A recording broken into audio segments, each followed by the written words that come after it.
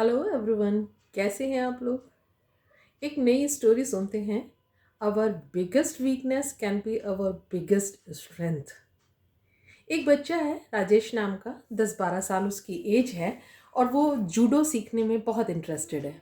अपने सिटी के सबसे अच्छे जूडो सर के पास, मास्टर जी के पास जाता है और उनसे रिक्वेस्ट करता है कि सर मुझे प्लीज़ जूडो सिखा दीजिए। सर ने उस बच्चे को ध्यान से देखा। वो बच्चा हैंडीकैप था, उसका लेफ्ट हैंड नहीं था, आर्म नहीं थी। लेकिन सर ने उसको निराश नहीं किया, उसको जूडो सिखाना शुरू कर दिया। आफ्टर 2 और 3 मंथ्स वो बच्चा देख रहा था कि उसको एक ही मूव सर ने बताया जूडो में और उसी की प्रैक्टिस करते रहने के लिए कहा। तो बच्चा बोला कि सर मुझे और बच्चों की तरह कुछ और मूव्स भी सीखने चाहिए। मैं इसी एक मूव की प्रैक्टिस करता रहता हूँ, अब इसमें बहुत एक्सपर्ट हो गया हूँ।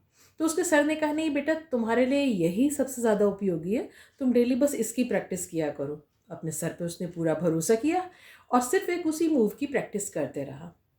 कुछ मंथ बाद उनके सिटी में एक टूर्नामेंट होना था। वो सर उस बच्चे को पार्टिसिपेट कराने के लिए ले गए। जब स्टार्टिंग में मैचेस हुए तो 2 मैच उसने बहुत कंफर्टेबल तरीके से, बहुत इजीली विन कर लिया, जीत गया। अब थर्ड जब मैच था तो थोड़ा सा उसको प्रॉब्लम हुई, डिफ़िकल्टी हुई, क्योंकि सारे प्लेयर्स उससे ज़्यादा एक्सपीरियंस थे। और बल्कि जो थर्ड सेट में कंपटीशन के टाइम उसमें एक लड़का था, उसका अपोनेंट था, वो कहने लगा बड़ा चीटिंग कर रहा है ये लड़का, हमेशा बस एक ही मूव यूज़ करता है। लेकिन कौन उसकी बात पर ध्यान देता। आखिरकार वो राजेश लड़का फाइनल राउंड पर पहुंच गया। अब फाइनल में जो उसका ओपोनेंट था वो काफ़ी एक्सपीरियंस था, लास्ट टाइम का विनर था और उससे देखने में बहुत ज़्यादा हेल्दी और हट्टा कट्टा था।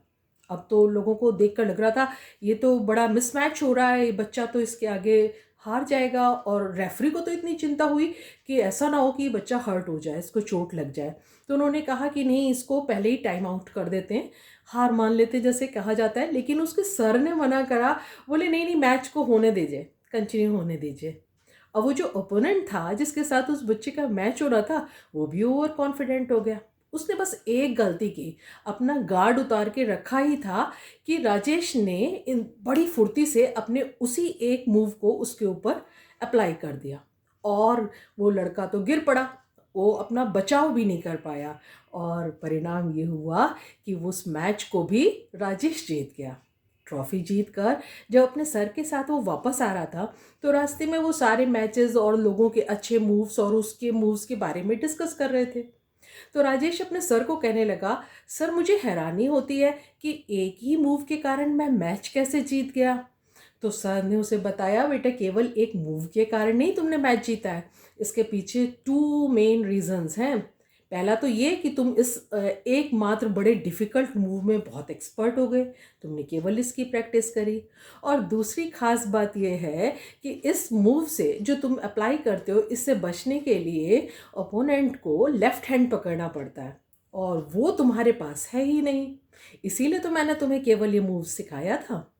यानी कि आप इस स्टोरी के माध्यम से देख सकते हैं, समझ सकते हैं कि कैसे उस बच्चे की सबसे ज़्यादा वीक पॉइंट जो था, उसका हाथ नहीं था, वो उसकी जीत का कारण बना।